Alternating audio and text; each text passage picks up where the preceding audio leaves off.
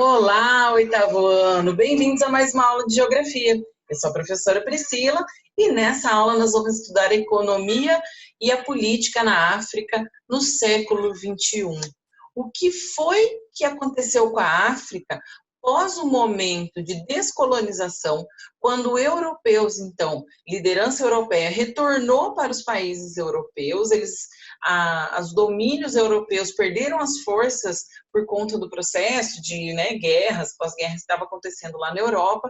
Então, começou o processo de independência dos países africanos, onde a liderança africana começou a assumir a liderança, o poder político de vários países.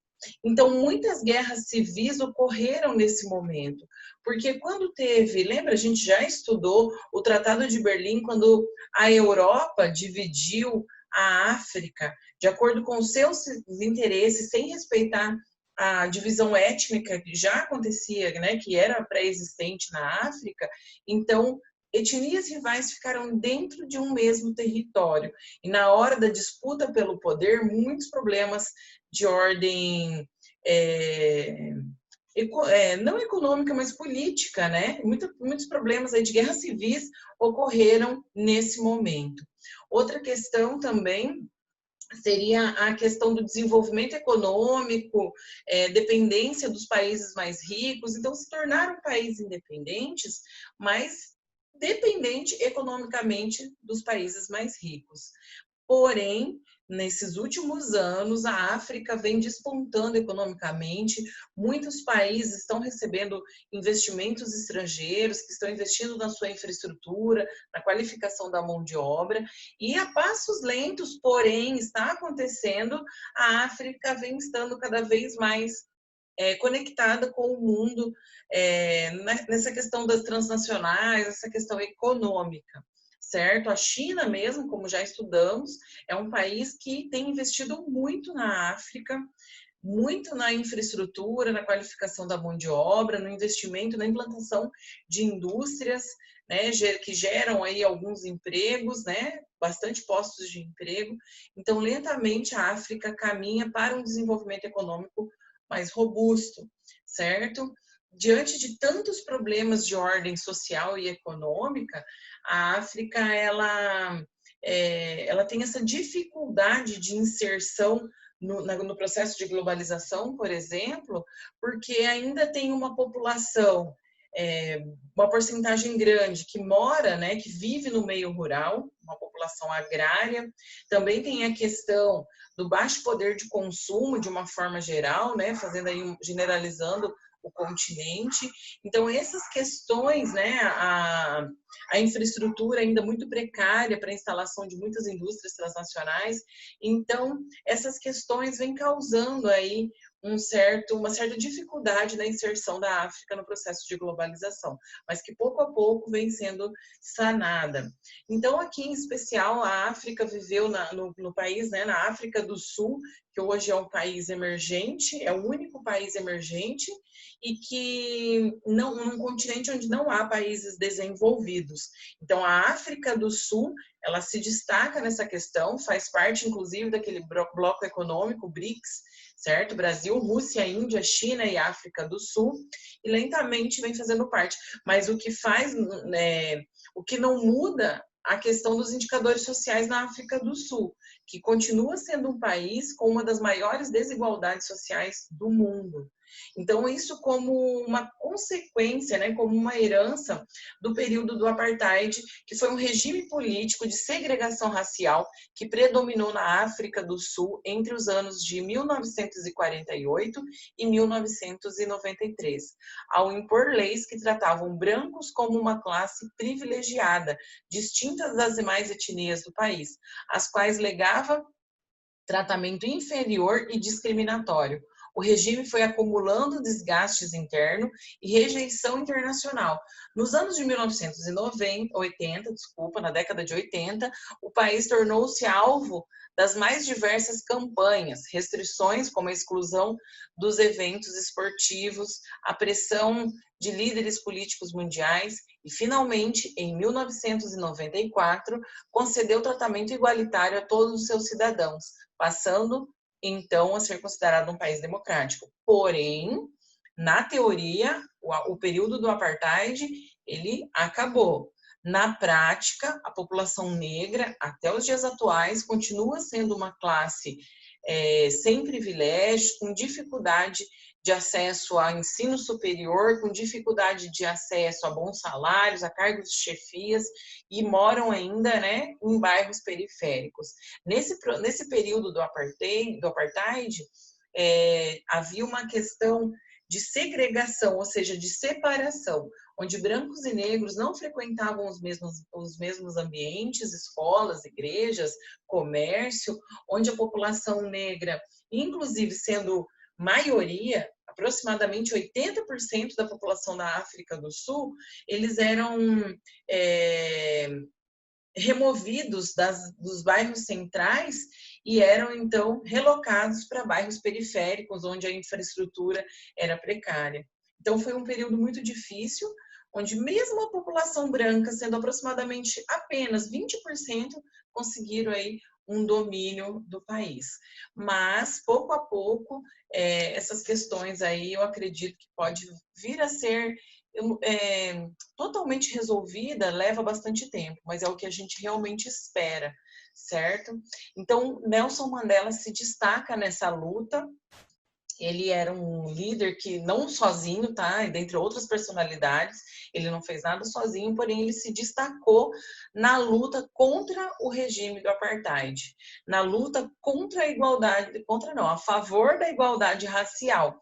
Então, Nelson Mandela, como muitos líderes mundiais que lutam por uma minoria, foi perseguido e inclusive foi preso 27 anos, galera, 27 anos por uma luta de igualdade racial dentro da África do Sul.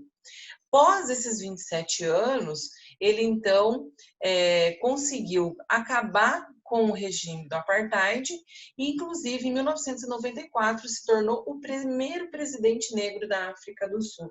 Agora, veja essa informação. O primeiro presidente negro em um país onde aproximadamente 80% da população é negra, apenas em 1994 teve um presidente negro. Veja bem, é uma história relativamente recente. Então, esse dado, essa informação já demonstra o quanto a África do Sul é um país extremamente racista e de grande desigualdade social. No período de Nelson Mandela, eu trouxe esse trecho do livro de vocês para mostrar o quanto ele teria sido, né, para a gente poder imaginar como seria a possibilidade se ele não tivesse ficado preso todos esses anos e tivesse assumido a liderança política do país antes, né? Então, olha o que ele conseguiu fazer em apenas 5 anos de mandato.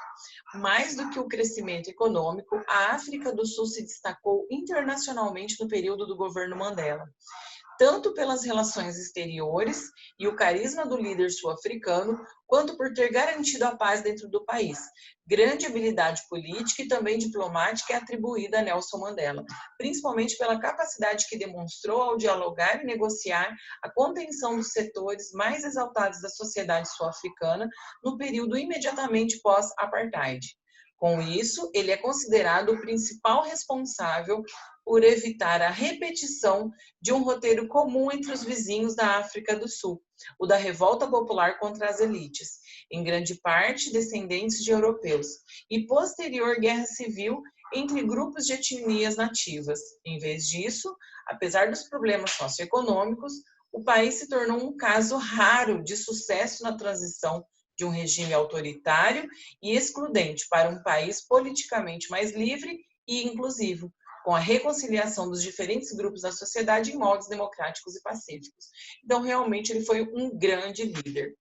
Então, aqui a África do Sul, dentre todos os problemas que acontecem, né, no continente africano, o livro de vocês trouxe aí especificamente as questões que ocorrem na África do Sul, no Egito e na Nigéria. Porém, a África, né, como um todo, o continente africano como um todo, ele passa por problemas semelhantes em vários países. Então, a África do Sul apresenta ainda hoje a questão da desigualdade social gritante, é uma das piores desigualdades sociais do mundo, certo? A corrupção da elite política e também a questão da recessão econômica. Embora, certo, até a imagem ali, olha, mostra a clara desigualdade geográfica ali, né, questão de localização, de um lado da avenida, um grande bairro periférico, e do outro lado, né, a população que tem aí melhores condições sociais. Então, a África do Sul, como eu disse, embora ela veio a se tornar um país emergente, que faz parte, inclusive, do BRICS, esse país ele tem aí uma questão muito forte da desigualdade social e recessão econômica, certo? Ele encontra aí muitas dificuldades, além também de guerras civis e também da questão do vírus HIV, o que também dificulta, né, a questão, porque acaba comprometendo aí a população economicamente ativa. E daí, unindo isso a um sistema de saúde pública precária, né, vem gerar grandes problemas econômicos para a África do Sul. O Egito tem aí as questões políticas da Primavera Árabe, foi um dos países diretamente atingido pela Primavera Árabe, conseguiu fazer com que o Hosni Mubarak, que era então o líder político, ele renunciou e após isso, depois de 40 anos no poder, né, aliás, 30 anos no poder, ele renunciou e foi preso.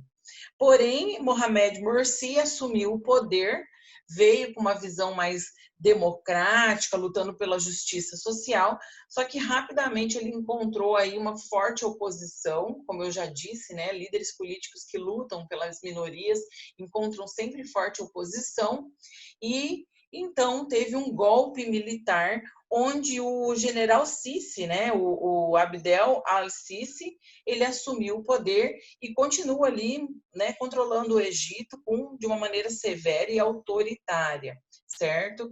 Muitos conflitos de terra nas áreas rurais, entre camponeses e grandes proprietários rurais, porém o Egito também é um país que se destaca, né? Embora, assim como a África do Sul, as questões sociais são bastante problemáticas, porém são países que se destacam aí no certo crescimento econômico.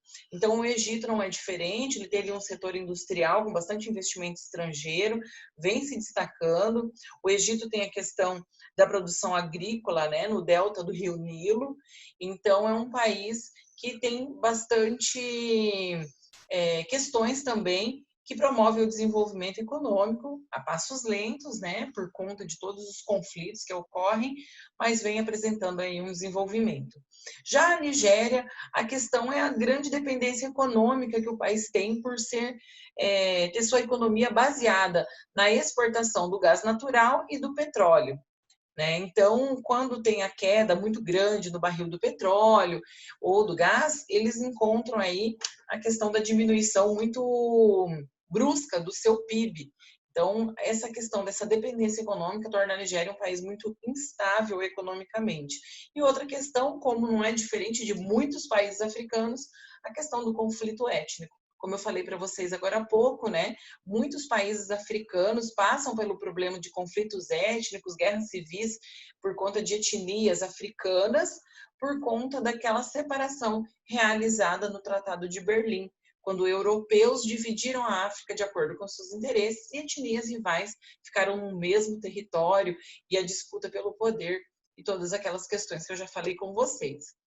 E aqui as possibilidades, né, de desenvolvimento da África, né, do continente como um todo. A consolidação da estabilidade política no continente depende não só da resolução de problemas como as disparidades econômicas e o autoritarismo político, mas principalmente do combate à pobreza, que ainda assola boa parte da população africana. Então, não é somente inserir países dentro de um contexto econômico, com investimento estrangeiro, trazer empresas transnacionais para dentro do território africano, não é apenas isso. Se não for tratado o problema na raiz, onde é o combate à pobreza, o problema da fome severa, não tem como essa população desenvolver a questão de uma mão de obra qualificada ou até mesmo o desenvolvimento da economia nacional, com empresas nacionais.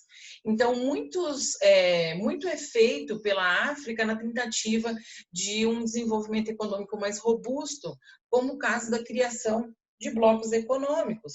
Tem a União Africana, que envolve todos os países africanos, né, que tentam fortalecer a economia internamente, e também tem a questão de muitos blocos, como, por exemplo, o COMESA e o OPEP. Ali estão os países que fazem parte do COMESA, que é o Mercado Comum para a África Ocidental e Austral, que está em vermelho. Em verde são os países membros da OPEP. E os que estão listradinhos fazem parte dos dois blocos econômicos, certo? Então, lembrando que a gente tem a União Africana, que faz, né, que todos os países africanos fazem parte. Depois, os SADC, o SADC, né, a gente fala, que é a Comunidade do Desenvolvimento da África Austral, certo? Estabelecida na Zâmbia em 1979, compreende 14 países que pega ali a África Meridional, a parte do sul, né, austral. Nós temos, então, a PALOP, que países africanos de língua oficial portuguesa, que pegam Angola e Moçambique. Então, foi formada em 96 por 5 antigas colônias de Portugal falantes da língua portuguesa. A Guiné Equatorial adotou o português como língua oficial apenas em 2007. A PALOP pertence à comunidade dos países de língua portuguesa, que envolve também outros países, né, de outros continentes que falam português, incluindo o Brasil. A EAC e ECOWAS, né, Comunidade Africana do Leste e Comunidade Econômica dos Estados da África Ocidental. Então, a Comunidade Africana do Leste foi formalmente lançada em 2001 com o objetivo de estabelecer um único mercado na região. Criada em 1975, o objetivo principal da ECOWAS é promover a cooperação e o desenvolvimento de todos os campos das atividades econômicas, sociais e culturais. E a AGOA, que é Ato de Crescimento Africano e Oportunidades. De acordo com o Ato de Crescimento Africano e Oportunidade, os Estados Unidos oferecem preferência de comércio a alguns países africanos, encorajando desse modo o incremento do comércio entre os Estados Unidos e a África. Esse ato facilitará a chegada das exportações africanas aos maiores mercados do mundo. O que é bom, por um lado, porque aumenta as exportações de recursos naturais do continente africano, mas também tem a questão da exploração, né? O valor baixo das commodities, né? do valor da matéria-prima, mas, de certa forma, aí, né? Então tem essa questão de um prós e contras, né? Mas é a forma com que países que têm a sua economia baseada no setor primário, agricultura, pecuária, extrativismo, então aumentem seus PIBs. É uma forma de fortalecer. E o bom é que vários países juntos, reparem ali que são muitos países, né, que fazem parte, juntos eles conseguem se fortalecer e ter aí o valor das suas commodities com melhores preços, né, no mercado internacional. É isso aí, galera. Espero ter contribuído para o seu conhecimento e até a próxima.